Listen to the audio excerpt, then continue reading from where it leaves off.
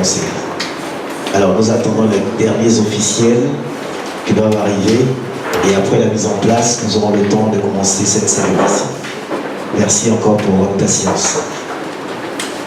De cette table et de travailler ensemble sur le processus de mise en œuvre et les résultats attendus par rapport à ce pilote. Ensuite, favoriser l'appropriation du projet par l'ensemble des parties prenantes. Parce que, comme on l'a si bien dit en introduction,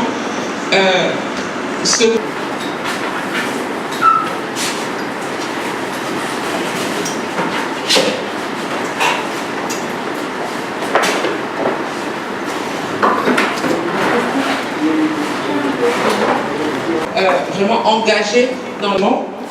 Donc, Stop. Votre attention, s'il vous plaît.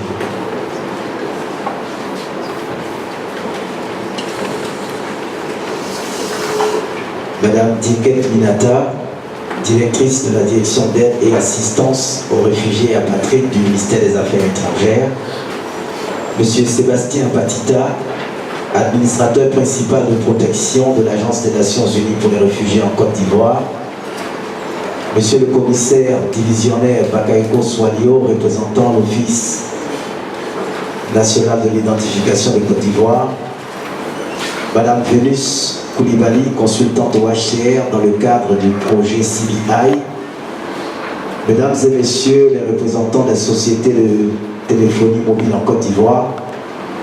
Mesdames et messieurs les représentants des ONG, ASAPSU, Caritas, AFJCI, mesdames et messieurs les acteurs du système humanitaire, chers collègues de la DARA et du HCR Abidjan et Iglo, monsieur le président du réseau des professionnels de médias pour la lutte contre la patridie, REPMA, chers partenaires réfugiés vivant en Côte d'Ivoire et rapatriés ivoiriens, mesdames et messieurs les journalistes et correspondants de presse étrangère, mesdames et messieurs, chers participants, le bureau de l'Agence des Nations Unies pour les réfugiés en Côte d'Ivoire vous a convié ce matin à l'atelier de lancement de la solution de connectivité communautaire pour les réfugiés vivant en Côte d'Ivoire et les rapatriés ivoiriens. Mesdames et messieurs, chers frères et sœurs, dans sa quête permanente de recherche de solutions durables pour les réfugiés, le HCR a décidé de mettre au point une option innovante et futuriste pour le paiement des frais d'assistance dans un contexte fortement dominé par le transfert électronique et mobile d'argent. Cet atelier vise donc à lancer ce projet pilote, à expliquer son importance, ses tenants, ses aboutissants et le mode opératoire d'une telle option pour les bénéficiaires. Mesdames et messieurs, le déroulé de cette cérémonie est consigné sur l'agenda dissimulé dans vos kits. Cela dit, nous démarrerons cette cérémonie par le mot de bienvenue de M. Sébastien Patita, Senior Protection Officer du HCR en Côte d'Ivoire. M. Sébastien Patita à ce pupitre. Je vous demande de l'applaudir.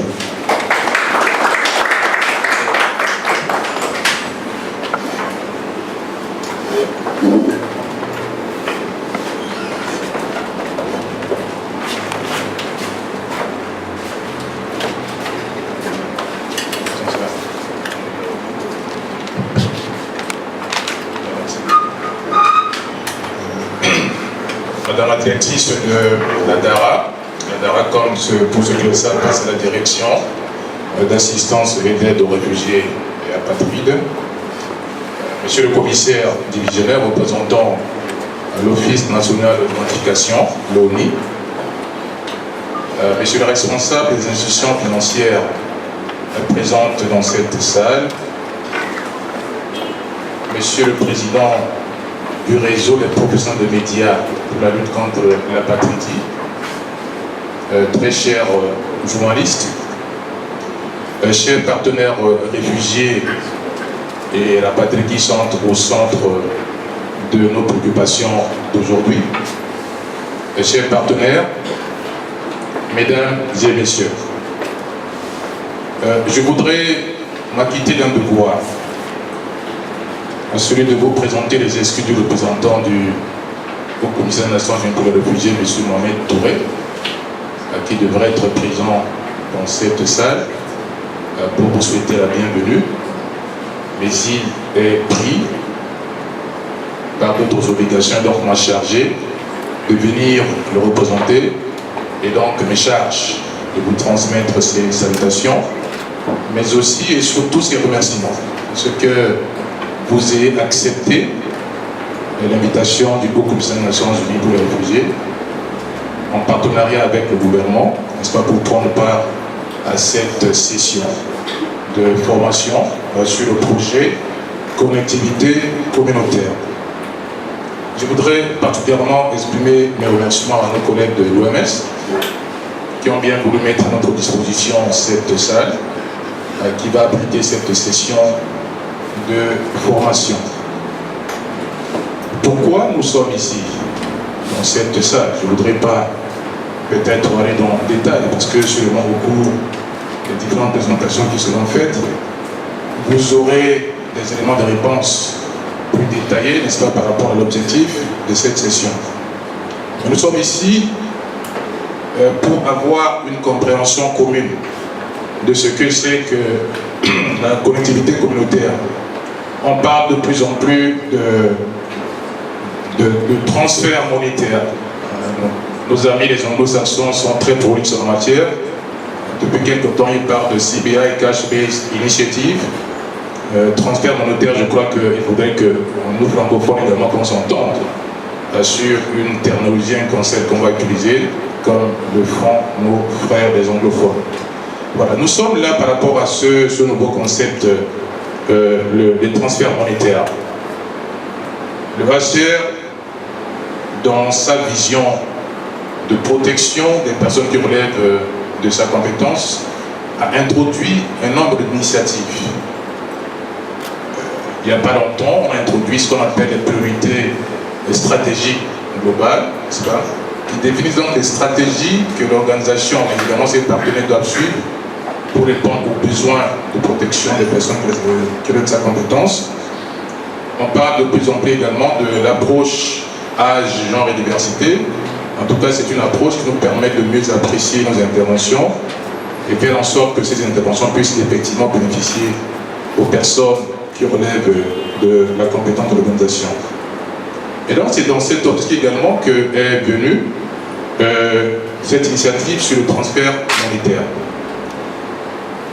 Pourquoi nous en sommes arrivés à cette initiative?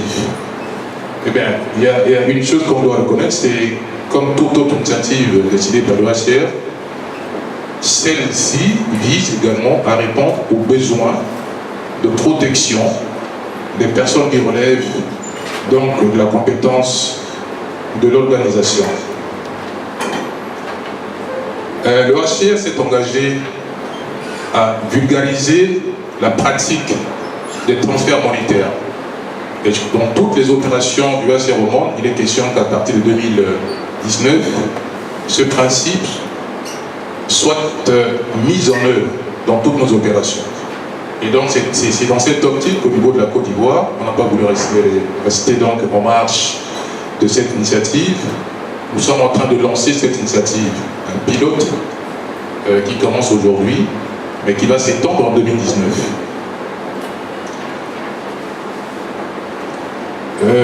L'initiative, ça s'adresse, n'est-ce pas, comme j'ai dit tantôt, aux personnes qui relèvent la compétence du HCR.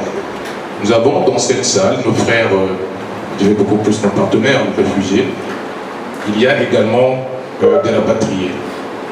L'idée, c'est que désormais, au lieu de passer par certaines procédures pour porter assistance aux réfugiés, qu'on use de cette approche, n'est-ce pas, de transfert monétaire qui permettent aux réfugiés de recevoir directement l'assistance à laquelle ils ont droit. Mais lorsqu'on parle de transfert monétaire, il faut nécessairement qu'on ait recours aux personnes, aux institutions, n'est-ce pas, qui ont la compétence, qui ont l'expertise, qui ont la maîtrise de l'utilisation de l'outil. Nous sommes ici dans un local de l'OMS. On peut parler par exemple de santé sans avoir pensé à l'OMS. On peut parler de santé sans penser peut-être à un médecin, un infirmier.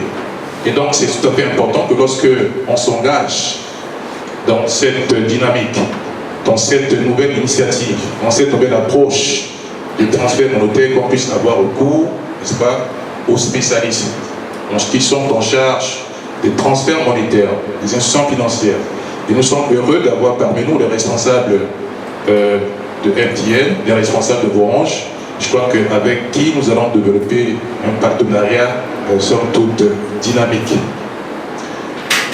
L'utilisation du cash, ou bien si vous voulez le transfert monétaire, comporte des risques. Il n'y a pas longtemps, nous avons au niveau du HR fait une étude par rapport à l'utilisation des ressources financières dans nos opérations de rapatriement. Et donc cette étude a révélé un certain nombre de risques.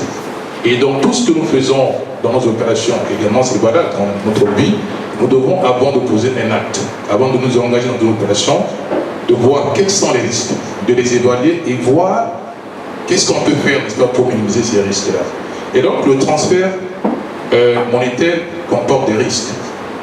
Il n'y a pas longtemps, une de nos collègues, même ici à Abidjan, était partie en banque, a pris son argent et s'est fait voler. On est pourtant à Abidjan où toutes les dispositions en matière de sécurité existent. Mais c'est également valable, n'est-ce pas, pour les personnes pour lesquelles nous sommes là, les réfugiés, les apatrides, les rapatriés également qui sont dans des zones un peu reculées, mais qui doivent utiliser, n'est-ce pas, ce cash, de l'argent en liquide. Alors, quelles sont les conditions? Vous allez voir au cours de cette formation, quelles sont les dispositions à prendre pour éviter d'abord les identifier. C'est vraiment important, avant de transférer de l'argent, de prendre toutes les dispositions, n'est-ce pas, pour minimiser les risques. Ça pose également un problème de documentation. Et nous sommes très heureux d'avoir ici parmi nous le commissaire divisionnaire de l'ONU, l'Office national d'identification. Je crois que c'est pour nous, c'est un partenaire de taille qui serait d'une grande utilité dans la mise en œuvre de cette opération. Parce qu'il est clair que si on doit procéder à un transfert, on doit s'assurer que le transfert est destiné à une personne très bien identifiée.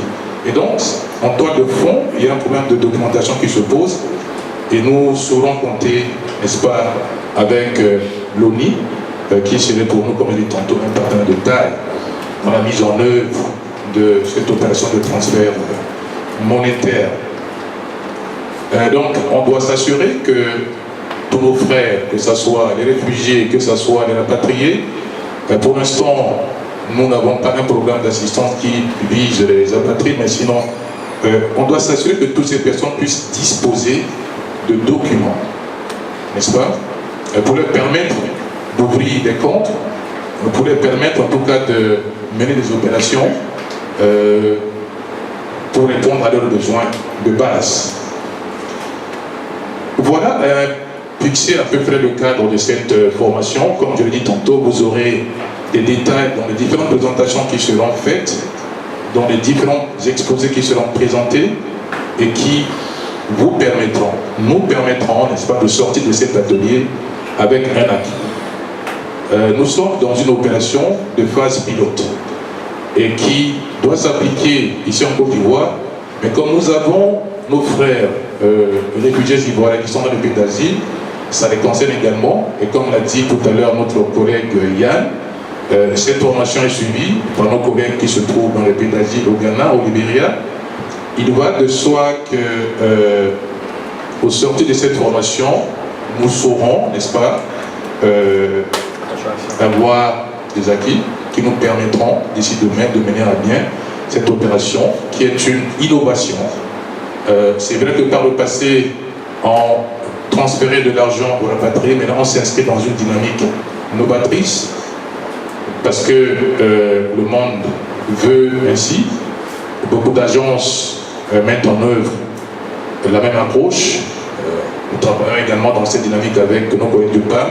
Nous sommes très contents également d'avoir dans la salle une collègue du PAM. Bref, c'est une occasion qui nous est offerte, n'est-ce pas, de nous approprier cet outil, de comprendre ce que c'est que le transfert monétaire.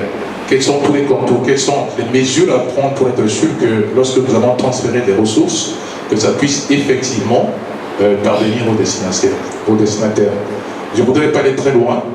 Je voudrais former le vœu que ce cadre, ce forum, soit un forum d'échange, de concertation, et qu'à la fin de cette formation, nous puissions partir avec un acquis, n'est-ce pas, qui nous permettrait de réaliser, de mettre en œuvre des opérations de transfert monétaire. Je vous remercie. Alors, on peut applaudir encore M. Sébastien Patita. Il a eu le temps de planter les décors dans son mot de bienvenue. Et je voudrais qu'on applaudisse encore pendant qu'il s'assoit. Alors, après M. Sébastien Patita, qui est l'administrateur principal de protection au HCR en Côte d'Ivoire, je voudrais appeler à ce pupitre Mme Djiket Minata, directrice de la direction d'aide et d'assistance aux réfugiés et apatrides du ministère des Affaires étrangères. Sous vos applaudissements.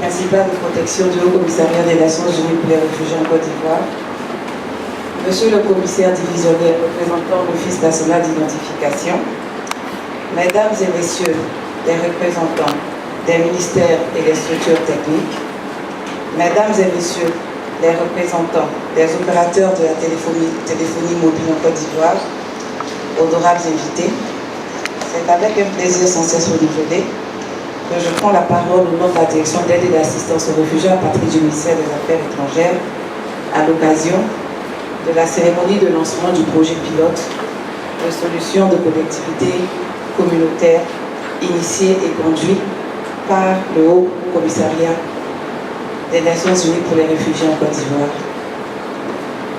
Notre présence ce jour témoigne, s'il en était encore besoin, de la qualité du partenariat entre l'État de Côte d'Ivoire et cette agence du système des Nations Unies en charge des réfugiés.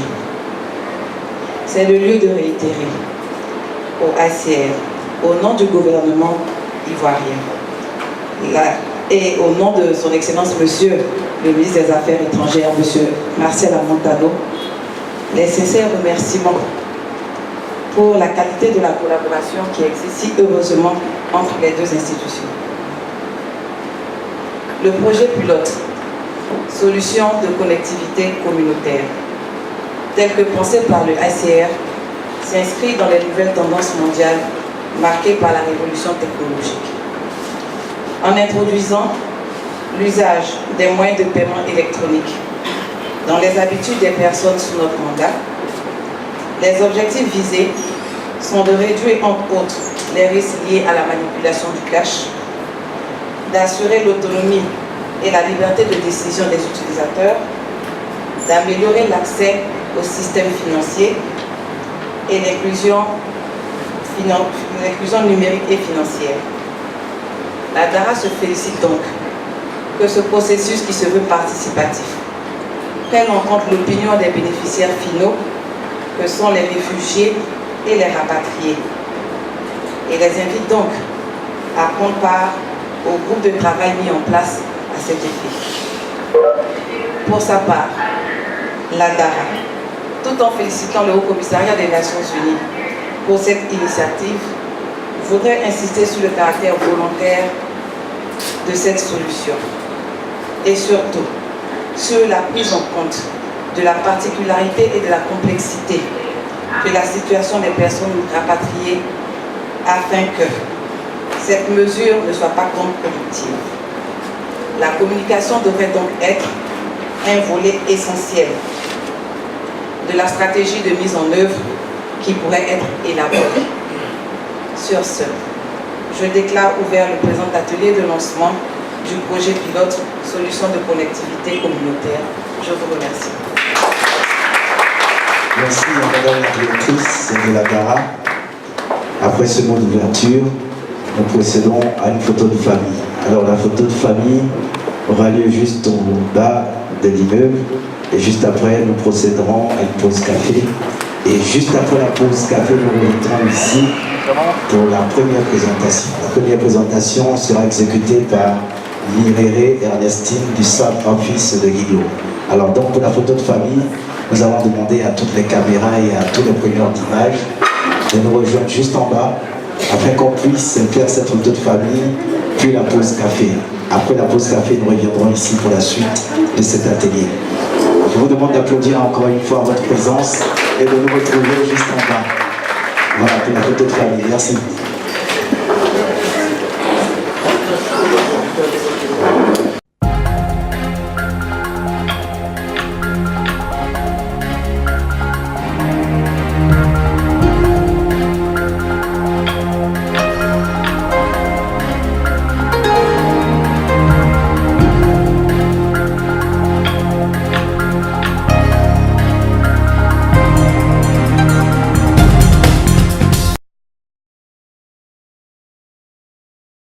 Ceux qui prétendent être ivoiriens de faire le tri et de décider.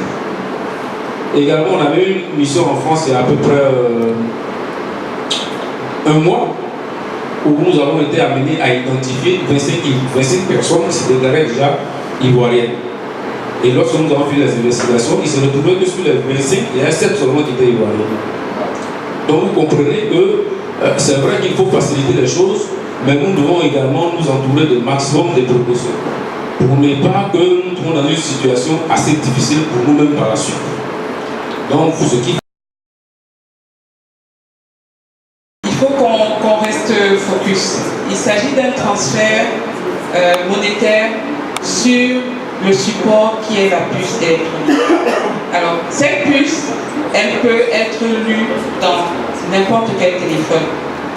Je dis n'importe quoi parce qu'on va travailler tous ensemble à la méthodologie, aux modalités, etc. tout à l'heure.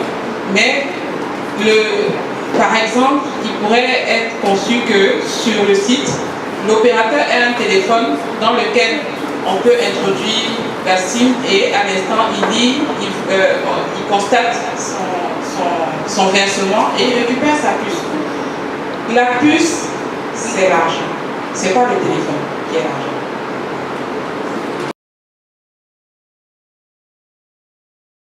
Présenter le problème qui concerne beaucoup plus la documentation biométrique. Mais nous comprenons que c'est une question fondamentale parce qu'elle demande, elle nécessite un processus sérieux, comme l'ONU venait de le présenter tout à l'heure. Mais nous voudrions avoir un peu de l'assurance avant de sortir d'ici. Est-ce qu'il est possible que dans notre temps, avant que la documentation biométrique qui nous sera délivrée peut-être d'ici l'année prochaine, n'est-ce pas, que dans notre temps, qu'on soit accepté par ce système d'identification au moyen de cartes non biométriques que nous avons, sûrement en permettant à la DARA de produire une liste avec des contacts de différents bénéficiaires, donc des réfugiés, auprès de l'ONU, de manière particulière, nous permettre de réaliser, n'est-ce pas, cette identification, pour que nous soyons véritablement propriétaires de nos contacts.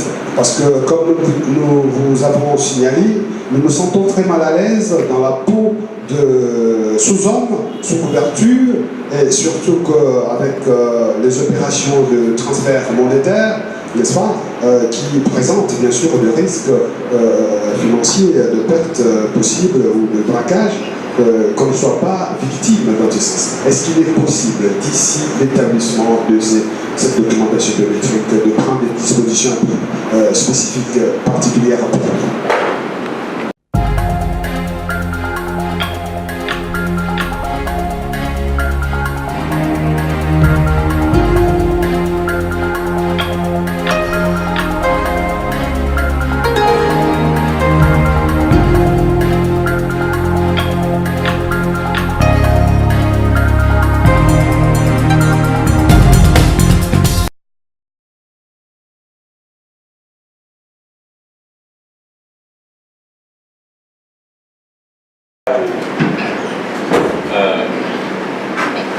Je vais constater autre.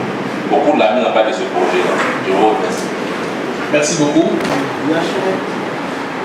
Pour ce projet, il s'agit de la fin de projet, il s'agit de la nouvelle étape. C'est lors de l'exposé, j'ai entendu qu'il y aura une identification dans le processus sur le site de transit, une identification de la patrie qui va contribuer, qui va aller sur l'attribution d'une attestation par l'ONU, c'est-à-dire l'identification plus une puce. Alors tout à l'heure, en temps d'exposé, on a déploré lors des convois la longue attente des réfugiés de la patrie. Alors, dans ce long processus que la conférence a vécu, on avait 17 étapes. Si cette étape vient s'ajouter à fort, je pense que ça va venir pour l'opération. Ça, c'est un peu notre préoccupation. La deuxième préoccupation concerne quel est le moyen que la patrie aura pour s'assurer de l'effectivité du transfert sur le site. La troisième étape, c'est à l'endroit de téléphonie mobile. Quel moyen, s'il vous plaît? Je dis quel est le moyen que le rapatrié aura pour s'assurer de l'effectivité du transfert des fonds qui a été effectué sur sa fiche. Étant donné que je n'ai pas entendu qu'un téléphone sera attribué à chaque rapatrié. Troisième étape, nous avons constaté ces derniers moments les problèmes de réseau. Alors, s'il y avait ce problème, si ce problème venait sur les niveaux de l'opération, quelles sont les solutions que proposent nos deux opérateurs?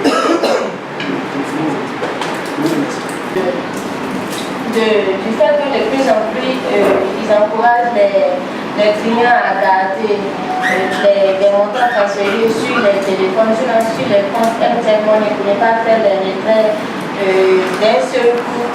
Mais en même temps, je crois que dernièrement, lors de nos différents projets d'État, nous sommes confrontés à un problème de déplafonnage.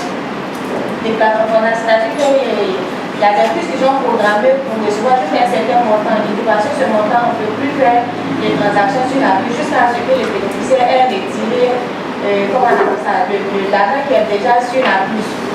Alors, quand je prends le cas, par exemple, de la présentation qui a été faite ici par rapport à l'accueil des rapatriés, pour la présentation que j'ai vue, j'ai vu que pour les adultes, c'est 150 000 francs et puis pour les enfants, c'est 75 000 francs. Alors, je me dis, par exemple, si la famille est composée de trois personnes adultes et deux enfants, déjà, le montant est quand même élevé. Alors à ce niveau-là, comment est-ce que, je ne sais pas, quelles sont les solutions que MTN, par exemple, a pour pouvoir régler ce problème? Quand on sait qu'au niveau du déplacement, surtout pour les cas que j'ai vu, est-ce que ce sera possible d'intégrer une étape supplémentaire alors que l'ensemble des étapes déjà existantes est assez long? Alors, dans ma présentation, j'ai parlé des interventions que nous allons faire en pays d'asile. Donc, il y a pas mal d'opérations qui vont être anticipées déjà au niveau des pays d'asile. On va travailler avec les opérateurs télécoms aussi pour que techniquement, les opérations, la faisabilité de certaines opérations puisse être réelle, qu'elles puissent effectivement être anticipées et de sorte à réduire vraiment au strict minimum l'opération sur le site de transit. Après, il y a ce qui est faisable et ce qui n'est pas faisable. Donc, ce qui est certain, en plus de cet aspect d'anticipation, il faut aussi se rendre compte que dans le process de paiement via le mobile, l'étape de la caisse va forcément être supprimée. Donc, l'étape de la caisse sera remplacée par l'étape de l'opérateur mobile. Après, c'est la gestion de timing, tout simplement. Je ne sais pas si j'ai répondu à votre question. c'est une autre modalité d'une étape qui existait déjà, de paiement. Le paiement, avant il y avait un guichet.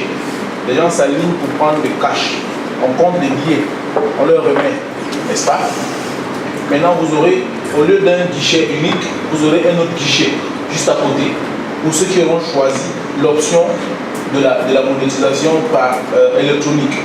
Ça veut dire qu'au lieu d'un rang, vous aurez 2 rangs. Le rang de ceux qui veulent percevoir leur cash et le rang de ceux qui veulent percevoir leur paiement en électronique. Donc ils viennent s'aligner devant l'opérateur qui aura été installé dans le centre de transit. Donc c'est une étape, mais on va avoir maintenant deux possibilités de paiement. Ce n'est pas une étape supplémentaire. C'est-à-dire qu'au moment où vous faites vos étapes de vérification avec la DARA et tout, le counseling, l'aspect psychosocial, vient maintenant l'étape du paiement. Il y a 2 bipolarités. C'est-à-dire qu'un va là-bas et un autre va là-bas. Celui qui aura choisi. Donc ce n'est pas une étape supplémentaire. Le lundi, il y a eu une première réunion qui a permis de dégager un certain nombre de points qui ont été soumis à le directeur général. Donc il doit les soumettre également à notre tutelle. Je crois que ça a été déjà fait. Donc les réponses viendront assez rapidement. Mais ce que je tiens à souligner déjà, c'est 3 points. À savoir, le premier, la Côte d'Ivoire pas se soucier à ses obligations. Personnes qui sont en situation de détresse ont forcément accès à notre territoire. Ça, c'est une obligation à laquelle nous devons faire face. Et nous, en tant que l'ONI, on doit pouvoir faire en sorte d'être présents lorsque nous sommes sollicités de ce point de vue. Et ensuite, les questions d'ordre sécuritaire, compte tenu du terrorisme, nous obligent à faire en sorte d'avoir l'ensemble des personnes qui sont soit des passages ou qui décident de résider sur le territoire dans notre base de données. Donc il est tout à fait profitable pour nous d'être dans ces endroits pour pouvoir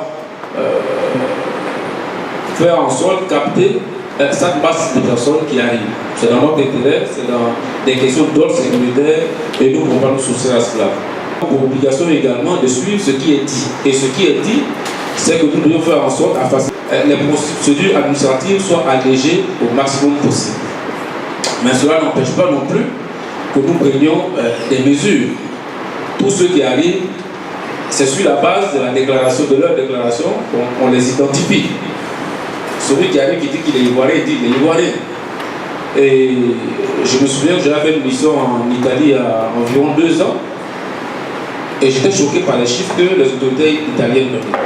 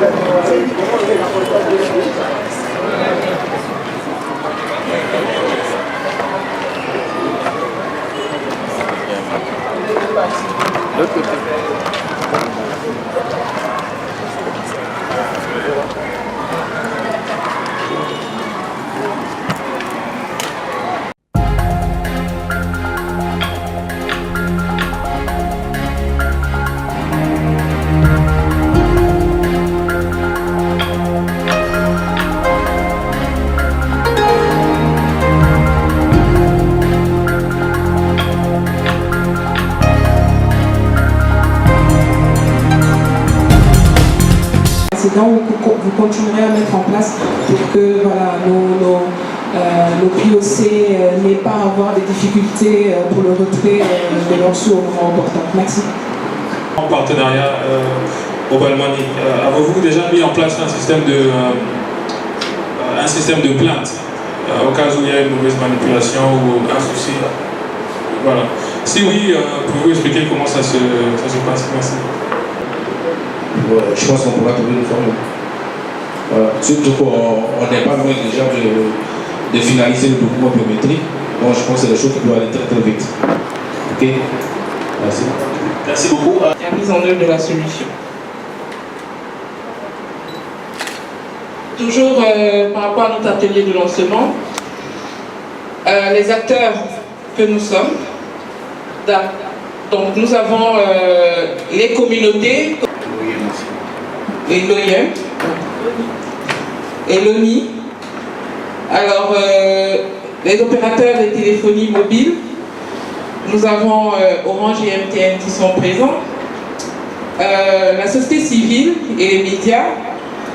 Nous avons contacté des journalistes qui vont nous aider, qui sont véritablement proches aussi, de par leurs compétences, des réalités sur le terrain, et qui vont, dans les groupes de travail, certainement nous édifier de quelques informations qu'ils ont sur ces réalités. L'engagement des parties prenantes. Non, désolé. L'engagement des parties prenantes et puis les critères d'évaluation du modèle sélectionné. Alors, on continue. En deux, les groupes de travail.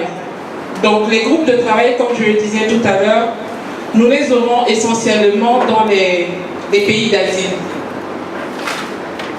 Alors, dans les groupes de travail, il s'agit principalement d'être en contact avec ces populations candidates au retour en Côte d'Ivoire. Il s'agira de les informer, de communiquer véritablement sur la solution, de sensibiliser et de rassurer. Vous savez, il pourra avoir une certaine crainte, un certain sentiment d'insécurité lié au processus de retour.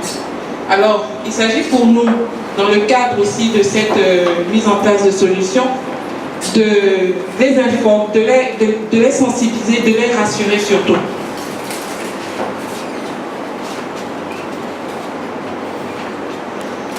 Les outils seront donc les échanges sur le terrain.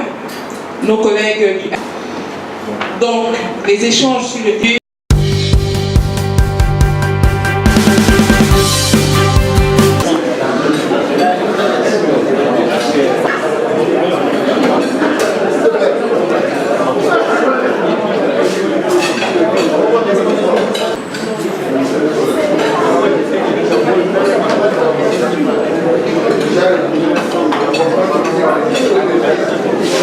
Yeah.